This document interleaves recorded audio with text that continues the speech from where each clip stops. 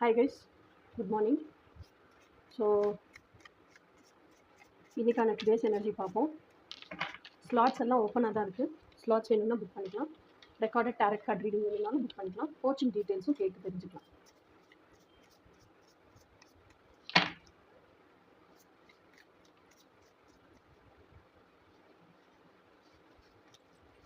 Five of one's choose பண்ணுற வாழ்கிறதுக்கு ஆசைப்படுற அப்படின்னா அதுக்கான ஆக்ஷன் எதுன்னு அர்த்தம்.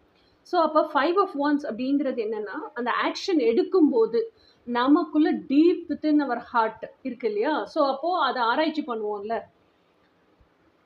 அதாவது ஃபஸ்ட்டு நம்ம ஒரு தாட் எழுதுகிறோம், செகண்ட் ஒரு தாட் எழுதுகிறோம். ஃபஸ்ட் எழுதுகிற தாட்டு செகண்ட் எழுதுகிற தாட்டோட கான்ட்ரடிக்டரியாக இருக்கக்கூடாது. செகண்ட் எழுதுகிற தாட்டு தேர்ட் எழுதுகிற தாட்டோட கான்ட்ரடிக்டரியாக இருக்கக்கூடாது. நமக்குள்ளேயே முன்னுக்கு பின் முரணாக யோசிக்கக்கூடாது. ஓகேயா?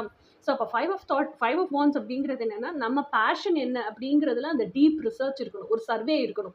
ஸோ இதுதான் நமக்கு உண்மையிலேயே நிஜமாவே இஷ்டமா, இதைத்தான் நம்ம வாழ்கிறதுக்கு ஆசைப்படுறோமா, ஸோ இதில் எதுவும் கான்ட்ரடிக்டரி இருக்கா, இல்லை வேற ஏதோ ஒன்று தான் ஆக்சுவலாக நமக்கு பிடிச்சிருக்கு, ஆனால் நம்ம இதையே பழகிட்டனால இது பிடிச்சிருக்குன்னு நினச்சிக்கிறோமா.